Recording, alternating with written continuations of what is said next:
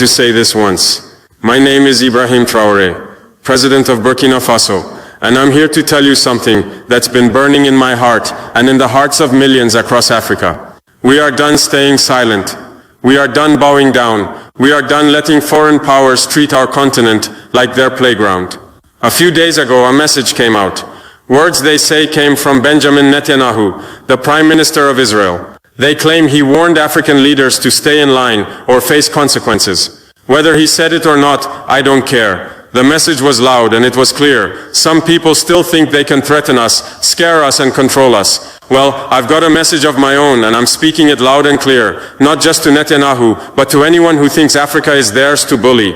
We are not your colony, we are not your pawns, we are sovereign, and we will fight for our freedom with everything we've got. Let me take you back to that moment in Ouagadougou, our capital. I stood in front of cameras, journalists, and my people. The room was packed, and you could feel the tension in the air. Everyone was waiting to see what I'd say. I didn't have a script. I didn't need one. When you're speaking the truth, the words come straight from the heart. I looked into the camera, and I spoke directly to Netanyahu. I said, we are no longer colonies. We are sovereign nations. If any foreign leader thinks they can threaten Africa into submission, they are gravely mistaken. The room went quiet. You could hear the weight of those words settle over everyone. But I wasn't done. I leaned forward and said, let me make this crystal clear to you, Mr. Netanyahu. Burkina Faso does not answer to Tel Aviv. We don't answer to Washington. We don't answer to any force that thinks it can buy us or bomb us into doing what they want. I meant every word. This wasn't just about Israel. This was about every nation that's ever tried to control Africa, exploit our resources or silence our people. I ended with a warning. If you come for one of us, you come for all of us. Africa is not yours to threaten. You might be wondering why I chose to speak out like that. Why not stay quiet like so many leaders before me? Why not send a polite letter? Or make a phone call behind closed doors? Because that's not who I am. That's not what Burkina Faso stands for anymore. And that's not what Africa needs. For too long, our continent has been treated like a place where powerful countries can do whatever they want. They've taken our gold, our diamonds, our oil. They've drawn lines on our maps, split our people apart, and told us how to live. Even after we fought for independence, they kept meddling, using money, threats, or soldiers to keep us in line. I'm done with that. My people are done with that. Africa is done with that. When I heard about Netanyahu's so-called warning, it wasn't just an insult to me or Burkina Faso. It was an insult to every African who's ever dreamed of a free, proud, and united continent. I couldn't stay silent. Silence is what they expect from us. They expect us to be afraid, to bow our heads, to say yes, sir. But I'm not that kind of leader. I'm here to fight for my people, for our dignity and for our future. And I know I'm not alone. After I spoke, something incredible happened. My words didn't just stay in that room in Ouagadougou.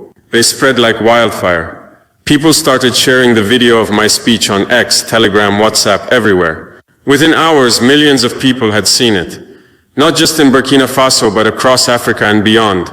Young people in Mali, farmers in Niger, students in Guinea, activists in South Africa. They all heard my voice and they felt it. They weren't just listening to me, they were hearing their own hopes, their own anger, their own dreams. In Mali, my brother Colonel Assimi Goïta shared the clip on social media. In Guinea, Mamadi Doumbouya stood up and said he's with me. Across Telegram groups, people started using hashtags like Africa will not bow and we stand with Traoré. Those words weren't just slogans, they were a battle cry. They were a sign that Africa is waking up. We're not just a bunch of countries anymore. We're a family.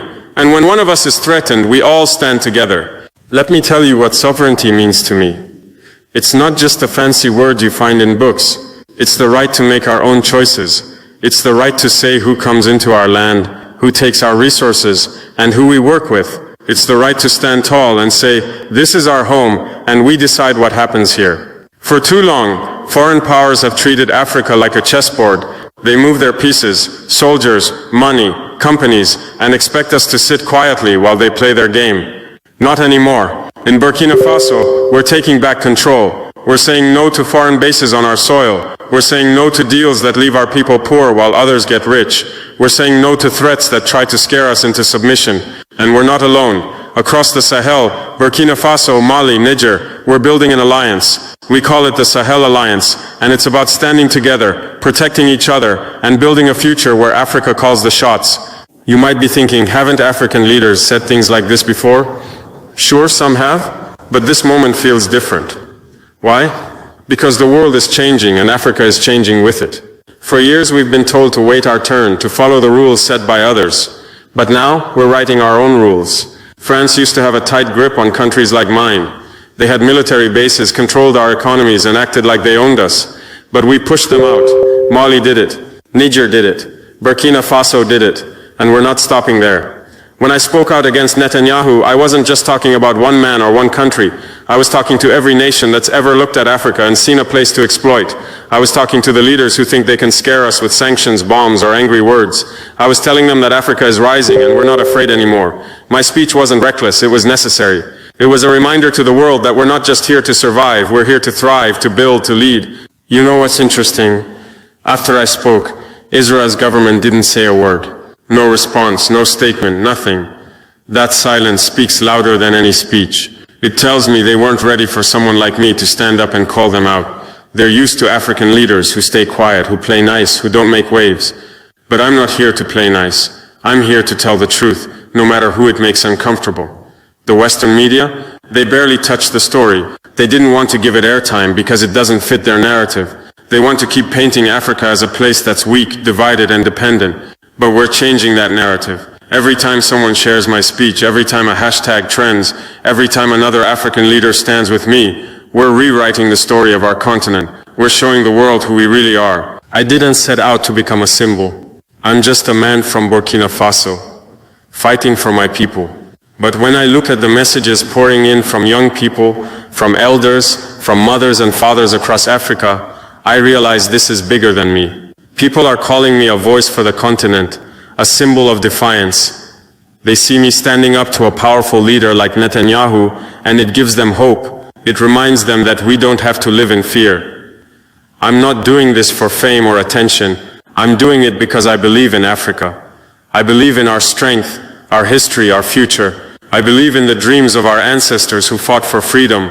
I believe in the young people who are ready to build a new Africa, one where we don't beg for scraps, but sit at the table as equals. Let me tell you about this Sahel Alliance, because this is where the future starts. Burkina Faso, Mali, Niger, we're coming together, not just as neighbors, but as brothers. We're building a partnership that says, if you attack one of us, you attack all of us. We're sharing resources, sharing ideas, sharing strength. We're showing the world that Africa can stand on its own 2 feet.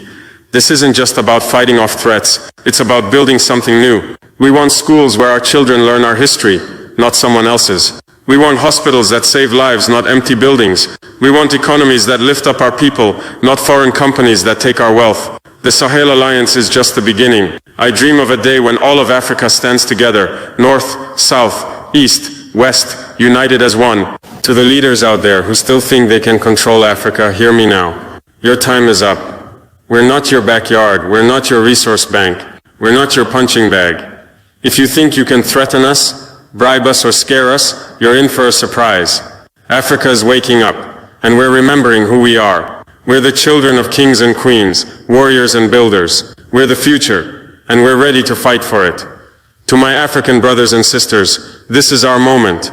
Don't be afraid. Don't let anyone tell you we can't do this. Share this message. Stand up in your communities. Demand your rights. Support leaders who fight for you, not for foreign interests. Together, we can build an Africa that's strong, proud, and free. Some people might say my words were too bold, too risky. They might say I'm picking a fight we can't win. To them I say, staying silent is the real risk. Letting others walk all over us is the real danger. I spoke out because I believe in my people. I believe in our right to live free, to make our own choices, to shape our own future. If that makes some people uncomfortable, so be it. I'm not here to make friends with those who disrespect us. I'm here to fight for what's right.